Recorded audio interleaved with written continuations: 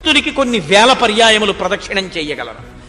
నేను ఈ సముద్రం నుంచి ఎగిరి వెళ్ళిపోతున్నప్పుడు నా తొడల వేగం చేత ఈ సముద్రంలో ఉన్న జలరాశి చాప చుట్టినట్టు పైకి లేచిపోతే సముద్రం లోపల ఉండేటటువంటి జలచరములన్నీ మీ కంటికి కనపడతాయి.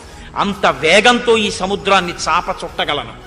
ఈ భూమండలం మీద నదులన్నిటినీ సముద్రంలో కలిపి సముద్ర జలాల్ని నదీ జలాల్ని కలిపి తీసుకొచ్చి భూమి మీద పోసి ఈ భూమిని సముద్రంలో కలిపేయగలను.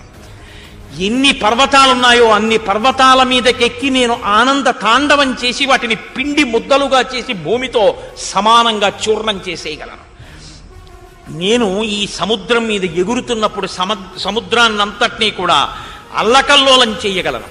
సూర్యోదయం అవుతుండగా సూర్యుడితో పాటుగా బయలుదేరి సూర్యుడి కన్నా వేగంగా పశ్చిమాద్రికి చేరుకుని కిందకి దిగి భూమి మీద కాలు పెట్టకుండా మళ్లీ వెనక్కి వేగంగా వచ్చి సూర్యుడు